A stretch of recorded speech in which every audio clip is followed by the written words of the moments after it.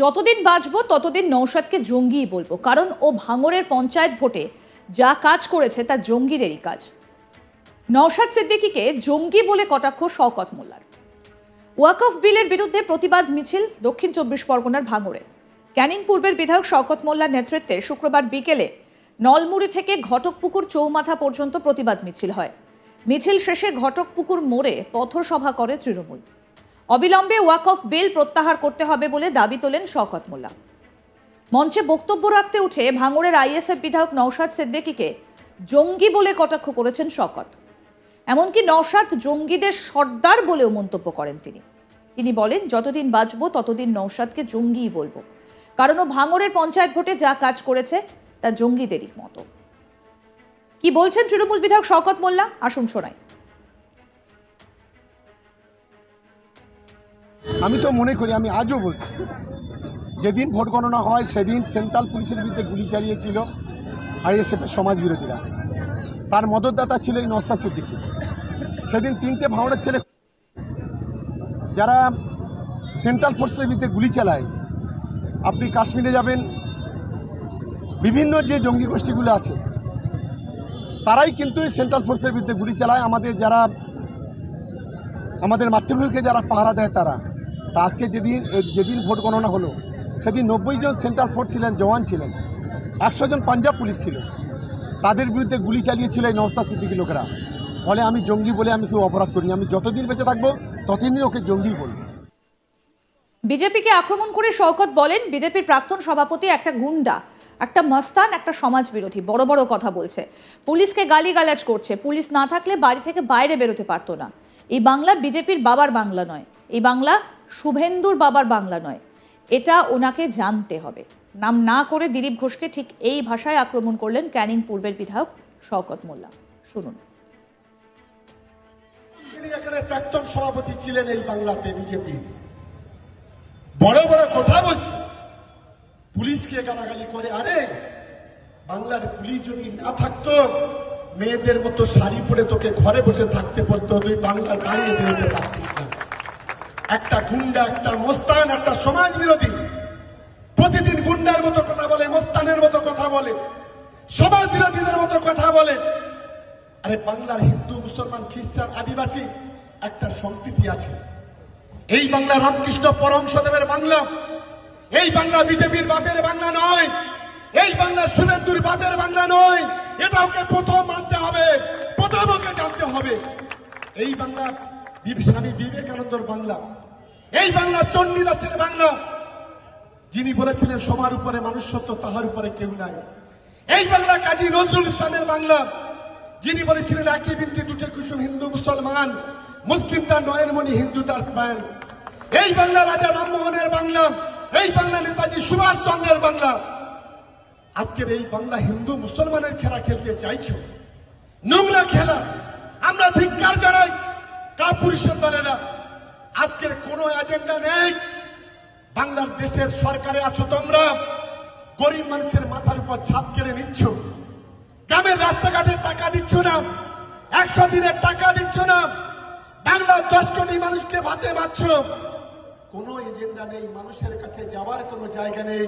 তাই তো হিন্দু মুসলমান করে গোটা বাংলায় চাইছো, গোটা বাংলায় রক্তের হোলি খেলা চাইছো, গোটা বাংলায় বিশৃঙ্খলা চাইছো। এটা বাংলার মানুষ কখনো মেনে নেবে না। আর এর একটা ছোট ভাই আছে, যিনি হচ্ছে ভাঙড়ের বিধায়ক। আমার লজ্জা করে এর নাম বলতে। অসভ্য, প্রতিনিয়ত শুভেন্দুর সঙ্গে কড়াকড়ি করে বিধানসভা। এদিনের এই প্রতিবাদ সভা থেকে ভাঙড় 2 ব্লকের চালতাবেড়িয়া অঞ্চল থেকে বেশ কিছু আইএসএফ কর্মীরা তৃণমূলে যোগদান করেন। আমাদের প্রতিনিধি প্রসেনজিৎ সাহা কি প্রতিবেদন তুলে ধরেছেন, শুনবো এবার। ওয়াকফ বিলের প্রতিবাদে এবার প্রতিবাদ সভা অনুষ্ঠিত হলো দক্ষিণ 24 পরগনার ভাঙড়ে। এই প্রতিবাদ সভার পাশাপাশি একটি প্রতিবাদ মিছিল অনুষ্ঠিত হয় ভাঙড়ের নলমুড়ি থেকে শুরু করে চৌমাথা এলাকা পর্যন্ত। তারপর ভাঙড়ের ঘটকপুকুর এলাকাতে এই ওয়াকফ বিলের প্রতিবাদে প্রতিবাদ সভা অনুষ্ঠিত হয়।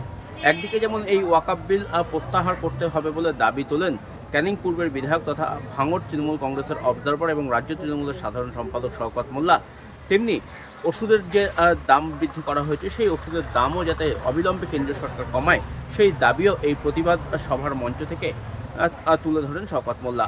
শওকত মোল্লার নেতৃত্বেই কার্যত দক্ষিণ 24 পরগনার ভাঙড়ে এই প্রতিবাদ মিছিল ও প্রতিবাদ সভা অনুষ্ঠিত হয়। শুক্রবার বিকালে এই প্রতিবাদ মিছিল ও প্রতিবাদ সভা অনুষ্ঠিত হয় এবং তারপর শওকত মোল্লা যখন বক্তব্য রাখছিলেন এই প্রতিবাদ সভার মঞ্চ থেকে, তখন তিনি কার্যত একের পর এক আইএসএফ এবং বিজেপিকে কিন্তু আক্রমণ করেন। আইএসএফের বিধায়ক অর্থাৎ ভাঙড়ের বিধায়ক নওশাদ সিদ্দিকীকে কিন্তু তিনি আবারও জঙ্গি বলে আক্রমণ করেন। তিনি দাবি করেন যতদিন তিনি বেঁচে থাকবেন ততদিন তিনি নওশাদ সিদ্দিকীকে জঙ্গি বলেই আক্রমণ করবেন। এই বার্তা কিন্তু তিনি দিয়েছেন। তার কারণ গত পঞ্চায়েত নির্বাচনে যেভাবে নওশাদ সিদ্দিকী গোটা ভাঙড় এলাকাকে অশান্ত করে তুলেছিল, সেই কারণেই তাকে জঙ্গি আখ্যা দিচ্ছেন শওকত মোল্লা। এই দাবিও শওকত মোল্লা করেছেন। অন্যদিকে বিজেপির প্রাক্তন রাজ্য সভাপতি দিলীপ ঘোষকেও কটাক্ষ করেন তিনি। তাকে গুন্ডা মস্তান বলেও কটাক্ষ করেছেন শওকত মোল্লা। সব মিলিয়ে গোটা ঘটনাকে কেন্দ্র করে ভাঙড়ে রাজনীতির পারদ যেমন চলছে এবং তার পাশাপাশি একের পর এক রাজনৈতিক নেতৃত্ব তারা যেভাবে বক্তব্য রাখছেন, তাদের বক্তব্য পাল্টা বক্তব্যতে কিন্তু সরগরম হয়ে উঠছে দক্ষিণ 24 পরগনার ভাঙড়ের রাজনীতি। এদিনের এই প্রতিবাদ সভার মঞ্চ থেকে বেশ কিছু আইএসএফ কর্মী সমর্থক তারা আইএসএফ ছেড়ে তৃণমূল কংগ্রেসে যোগদান শওকত মোল্লার হাত ধরে। সব মিলিয়ে সামনেই 2026-এর বিধানসভা নির্বাচন এবং সেই বিধানসভা নির্বাচনের আগে শওকত মোল্লার হাত ধরে ভাঙড়ের তৃণমূল কংগ্রেসের হাত যথেষ্ট শক্ত হচ্ছে, তেমনটাই দাবি তৃণমূল নেতৃত্বের। এর পাশাপাশি আইএসএফের শক্তি ক্রমশ ভাঙড়ে কমছে বা শক্তি হারাচ্ছে আইএসএফ, তেমনটাও মনে করা হচ্ছে। এই ভাঙড় কেন্দ্র থেকে এই গত বিধানসভা নির্বাচনে তৃণমূল কংগ্রেস প্রার্থীকে হারিয়ে জয়লাভ করেছিলেন আইএসএফ প্রার্থী নওশাদ সিদ্দিকী এবং সেই জয়ের পর থেকেই কার্যত ভাঙড়ে আইএসএফের শক্তিকে বর্ধমান করার চেষ্টা করেছিলেন নওশাদ সিদ্দিকী। কিন্তু গত লোকসভা নির্বাচনের সময় থেকেই আমরা দেখতে পাচ্ছি যে ভাঙড়ে আইএসএফের যে শক্তিশালী ঘাঁটি সেটা কিন্তু কার্যত কমতে শুরু করেছে। বিশেষ করে গত পঞ্চায়েত নির্বাচনে যে অশান্তি হয়েছিল ভাঙড়ের বিজয়গঞ্জ বাজারে, তারপর থেকেই কার্যত আইএসএফের শক্তি খর্ব হতে শুরু করেছে।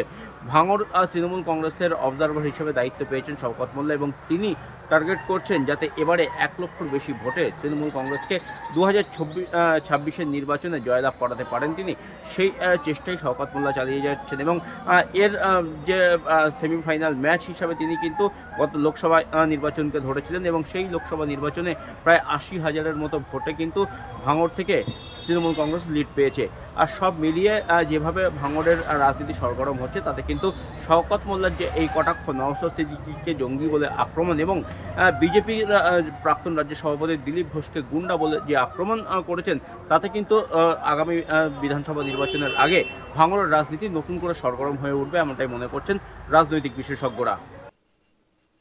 আরও আপডেট পেতে দেখতে থাকুন আজ তাক বাংলা। সাবস্ক্রাইব করুন, নোটিফিকেশন পেতে বেল বাটন অপশন প্রেস করুন, হোয়াটসঅ্যাপেও ফলো করুন আজ তাক বাংলা। ভিডিওটা লাইক করুন, শেয়ার করুন, কমেন্ট করুন।